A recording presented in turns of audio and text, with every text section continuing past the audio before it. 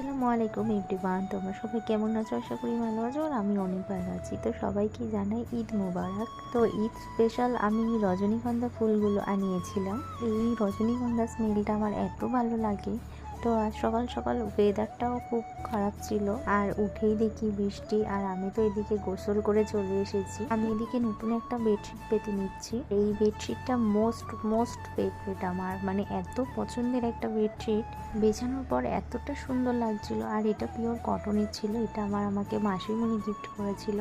আর bed কভারের উপর আমার একটা আলাদাই ভালোবাসা। বিয়ের আগে কত সুন্দর গোসল করে নতুন জামা পরে 20 টাকা দিত, ঘুরতে বেড়াতাম। আর এদিকে দেখো কথা বলতে বলতে আমার বেডশিটটা গোছানো হয়ে গেছে। আর এদিকে ঈদের নামাজ পড়ে সবাই কবর জিয়ারাত করতে যাচ্ছিল। সত্যি মাঝে মাঝে ভাবি কারোর কাছে ঈদটা কতটা আনন্দের, আবার কারোর কাছে কতটা দুঃখের।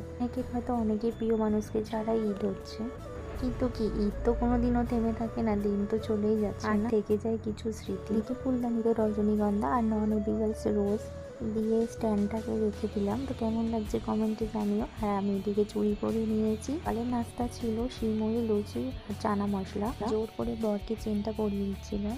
তারপর আমি এদিকে রেডি হয়ে গেছি বাপের বাড়ি যাওয়ার জন্য, মানে ঈদে সালাম করতে। এদিকে আসবাদ রেডি হয়ে গিয়েছে আর ও তো যাওয়ার জন্য ব্যস্ত। তো চলো যাওয়া যাক। তো আমি চলে এসেছি বাপের বাড়ি। মা, বড় মামি সবাই এদিকে লেজ করছিল। আর এদিকে আমার ছেলে ওর মামাকে গাড়ি থেকে ফেলে দিয়েছে। তারপর দুজন মিলেই গাড়ি চড়ছিল। সালাম করে নাস্তা করে চলে এসেছিলাম। তো আজকের ভিডিওটা এইটুকু।